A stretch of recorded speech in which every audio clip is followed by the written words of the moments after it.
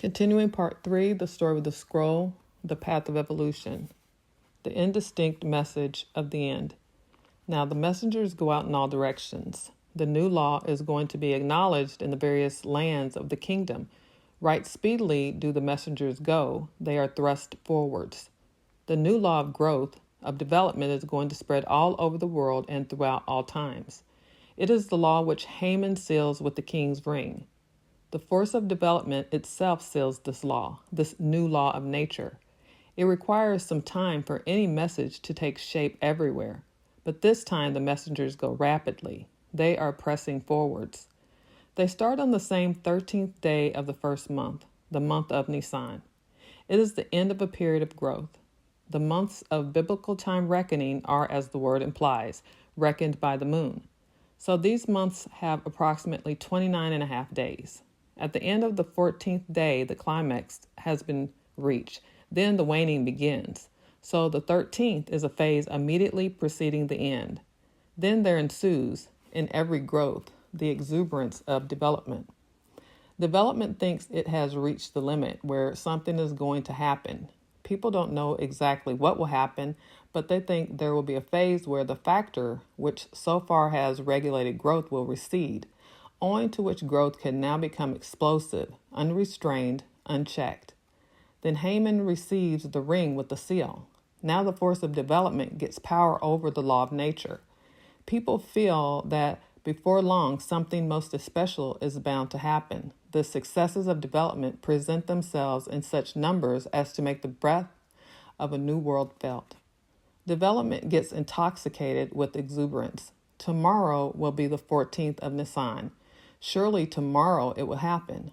Not the day after tomorrow, no, tomorrow. Just as Nisan is the first month, so Adar is the 12th or the 13th, as the case may be. At any rate, the last month. In the aspect of Adar, which like all 12 months is simultaneously present in man and in the world, the 13th is the point of time where the zenith of the zenith applies. The year has reached its fullness. The year, unlike the moon, does not wax nor wane, and the moon too has reached that point. In that aspect, accounts will be settled with the Jehudian man and in the world. Fullness at the zenith of development will, in accordance with the law of nature, put an end to that phenomenon. The 13th of Adar is parallel with the 13th of Nisan, only in a different quality, in the quality of awareness of the farthest possible extreme. In that quality, there will be no place anymore for the Jehudi. Then people will destroy him within themselves and in the world. The two things go together. The messengers go on their way. They will have reached their destination before the 13th of Adar. That too becomes a law of nature, a law of growth now. Futurology establishes it exactly, scientifically. Then there will be the new human being, the new man, freed from these Ivri complexes. Growth seems to point that way indeed, and a full moon points to something entirely different that is at hand. Is the moon going to break the limits? What world will then come? Growth does not know exactly anything about a waning moon. Why wane? For the very reason that exactly at full moon, at the height of development, the neshama descends into the body and introduces another world there. And that other world implies that now everything is going back, that now everything will taste the immense joy of the return. That is what the world was made for indeed. Returning, too, comes to expression in the waning moon. All that has made its appearance will then be gathered in. But what does growth, which develops in accordance with calculable laws, know about such a strange descent on earth? It merely knows that a most important point has been reached. Everything moves so rapidly, so hyperbolically, that indeed an entirely new phase of development has been reached. Development calls forth exuberance, causes extrapolation of a hackneyed course of events, calls forth Haman, who at this juncture, in accordance with the law of nature, can establish that individual man and the world will also change, that a most important link, which until recently was a restraining factor, can now be ruled out.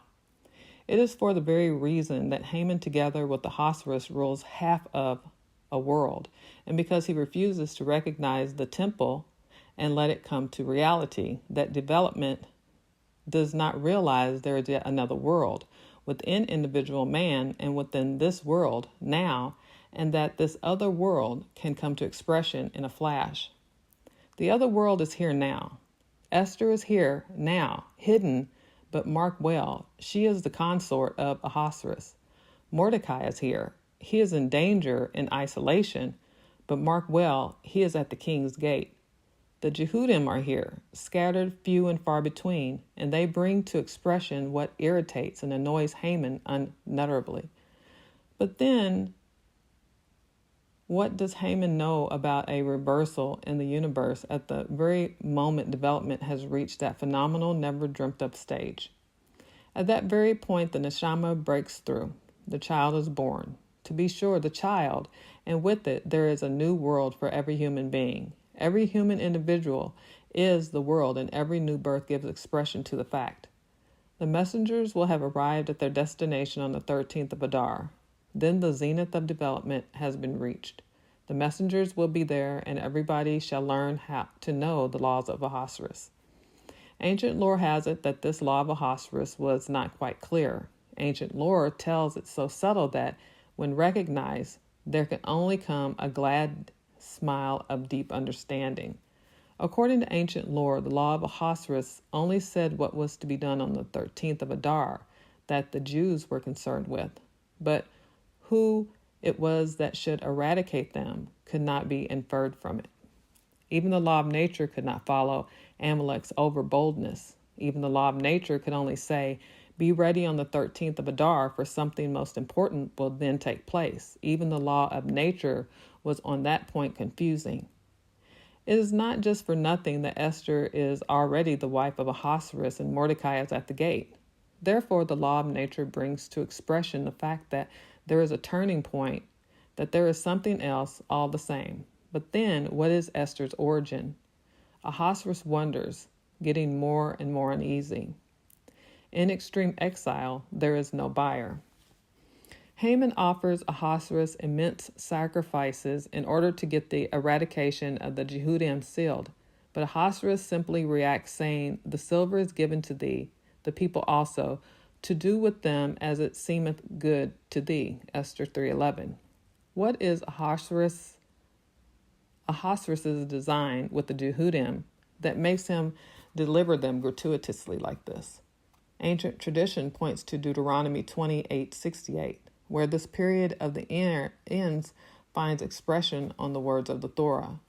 It says there, and there shall be sold unto your enemies for bondmen and bondwomen, and no man shall buy them. Indeed, it is a strange thing with the Jehudim, with the Ivrim. There is no price fixed for them. They have no place in the world of the merchant, of the money changer. They have no place in this world of duality, of positive and negative. Theirs is not this automatic mechanical destiny. You have been good. Here is the reward. Been disobedient, then here is the punishment. Together with the Jehudite there come different norms and standards from another world. What he experiences related to what the Shekinah undergoes, what the Neshama lives through. They all come from another world to this world in order to live in exile here. Their lot is the very image of God. They suffered this adopting form. They are felt to be as foreign an element as the neshama in development. With them, there is no question of buying or selling. The values lie in a different world, and it is only there that judgment can be passed. If an Ivri suffers, it is because he has been sent hither to suffer. If an Ivri is well off here, it is because the Ivri is meant to be well here, not because at one time he was bad and another time he was good. At least not good or bad in this world. The knowledge of good and bad pertains to God. There is a story about an Ivri who, urged thereto by his complaining wife, prayed to God in his distress to lighten his lot. God heard his prayer and gave him relief in his distress. Hereupon he dreamt and saw himself in another world, in great bliss together with the Siddiqim, each one seated in a golden chair at his own golden table learning the Torah, experiencing the Torah in all its serenity. But his table merely had 3 feet, and it was rickety. The prayer for relief and distress had been heard, but it had made a matter of commerce enter his state of the Ivri. Again he turned to God, and again his prayer was heard. Relief ceased, and he dreamt, and to his immense joy, he saw that his table in the other world possessed all the 4 elements, so that it was rickety no longer. It is a matter of fear for the Ivri, if a kind of exchange office is set up with heaven. Which Ivri did possess riches? Korah? Which is the richest man among the nations? Haman. Does not that speak clearly enough about earthly benefits? The Ivri knows other joys. For him there is no price here. Even Ahasuerus, even the law of nature knows it. It does not apply to the Ivri. Let him look elsewhere for the causes, in the very premondile history, in the very Torah. It is not action and reward according to standards of development, according to standards of the exile which have weight here. It is there that he can find the causes of his lot. Natural law indeed knows no price. Ahasuerus cannot receive Haman's sacrifice. Haman receives the Jehudim gratuitously. The price is fixed in another world. That price has to do with the purpose of creation, with being the image of God, with the neshama, with the Shekinah. They are data which do not pertain to the world of Ahasuerus. Ahasuerus may send the message about the Jehudim to his 127 lands, to the equal number of facets of his power to each country according to its language, according to its writing, but since the Ivri pertains to that part where Ahasuerus happens not to rule, the latter fails to express it clearly. In all the 127 variations, it comes to expression, and it cannot help remaining vague everywhere, precisely because the Jehudi pertains to a different world. On all planes, the message penetrates. In every plane, it expresses itself according to the quality of that plane, but Ahasuerus cannot buy them nor sell them. It is just as if Ahasuerus is aware of his limitations here. There is nothing to reckon here, nothing to count. This holds good everywhere and at any time for the Jehudi. Do not let anybody check up on his lot with the statement or the standards of this world. Ancient tradition also points out that saying to Haman, "The silver is given to thee," Ahasuerus, unconscious of it, pronounces Haman's fate, precisely again because of the effect of the other half of the world.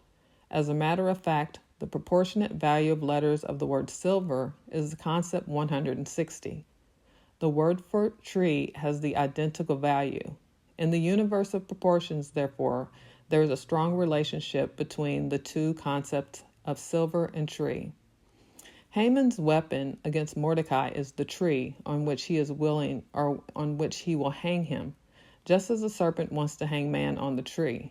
And the story tells us how, in the end, Haman himself is hanged on that tree by Ahasuerus too. The inability to buy or sell the Ivri seals Haman's fate. Haman, at the extreme point, interferes with the world where gratuitous, spontaneous giving obtains. That there is no buyer for Israel in Extreme Exile shows that Israel is of a different quality. It lies outside the bookkeeping of nations.